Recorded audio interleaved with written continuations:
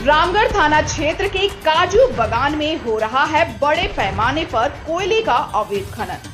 अवैध खनन के आगे सीसीएल की बड़ी बड़ी कोयलबरियां भी हो गई हैं फेल। कौन है कोयला माफिया, जिसके बिन के आगे नागिन डांस कर रहे हैं सिस्टम के लोग। आंख में काली पट्टी और कान में रुई ठूसकर आराम से सो रहे हैं वन विभाग के अधिकारी।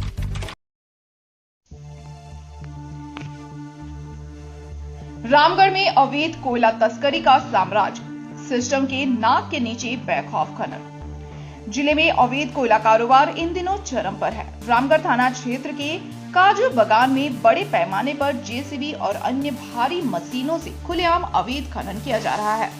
हालात यह है कि अवैध कारोबार के आगे सीसीएल की बड़ी बड़ी कोयलबरियां भी फेल नजर आ रही हैं।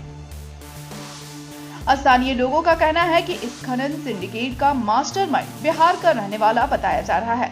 सूत्रों का दावा है कि जिले के कई इलाकों में इसी तरह से धड़ल्ले से अवैध कोयले का उत्खनन जारी है। हैरानी की बात यह है कि वन विभाग और प्रशासनिक अधिकारियों की मौजूदगी के बावजूद यह कारोबार फल फूल रहा है। आरोप है कि अवैध कारोबारियों ने सिस्टम को अपने इशारों पर नचाना शुरू कर दिया है। जेडीयू राज्यसभा सांसद खीरू महतो ने मामले पर कड़ा रुख अपनाते हुए कहा कि जिले में अवैध कोयला कारोबार से राज्य और केंद्र सरकार को भारी राजस्व नुकसान हो रहा है। उन्होंने यहां तक कहा कि अब हम खुद अवैध कोयला गाड़ी पकड़कर प्रशासन को सौंपेंगे। वहीं रामगढ़ विधायक ममता देवी ने भी कहा कि यदि ऐसा कारोबार चल रहा है तो वह सीधे एसपी और डीसी से इस पर बात करेंगे। इस पूरे प्रकरण ने कई गंभीर सवाल खड़े कर दिए हैं। आखिर किसके संरक्षण में यह कारोबार चल रहा है? कौन है मास्टरमाइंड और क्यों प्रशासन आंख बंद किए बैठा है? कोयला माफिया खुलेआम धमकी दे रहा है कि पत्रकार और विरोध करने वालों की खैर नहीं। जाहिर है यह नेटवर्क इतना मजबूत है कि कानून को भी सीधी चुनौती दी जा रही है। इस तरह का अगर अवैध खनन हो रहा है तो ये गलत है और इस संदर्भ में मैं खुद भी एसपी और डीसी से मिलकर के बात करूंगी कि अगर इस तरह का खनन हो रहा है तो उस खनन पर रोक लगनी चाहिए, क्योंकि कई भारी क्षति इस अवैध खनन के वजह से होता है। प्रदेश का भी नुकसान हो रहा है रॉयल्टी, और देश का भी रॉयल्टी नुकसान हो रहा है, केंद्र का भी।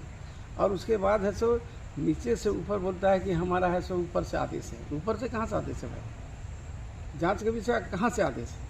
जो तुम है सो कुछ नहीं कर सकते हो, हाथ बांध के बैठे हो। सिर्फ गिनता है गाड़ी, कितना गाड़ी निकला, किस कोयला चोर के तरफ से गाड़ी निकला है, और उसके बाद कितना पैसा हुआ।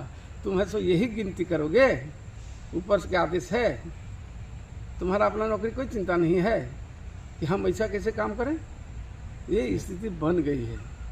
अब इस पर है सो हम लोग है सो कार्रवाई करेंगे बहुत जल्द से अपने स्तर से, कि पूरे क्षेत्रों में अपने लोगों को जगाकर और गाड़ियों को रोकेंगे और पॉइंट में ले जाएंगे हम उन अफसरों को कि चलिए हम लोग, हमारा टीम जाएगा दिखाने के लिए आपको जहाँ कोयला निकल रहा है। ये रिपोर्ट जा रहा है, रिपोर्ट जा रहा है इसके लिए सर कहीं नहीं निकल रहा है, कहीं नहीं कोयला निकल रहा है। जितना टीम आया अभी तक, डीजीएमएस के लोग आए, वो लोग भी जांच करके गए, उनको भी दिखा दिया गया जहाँ नहीं कोयला निकलता वहाँ, और जहाँ निकल रहा है कोई नहीं जा रहा है।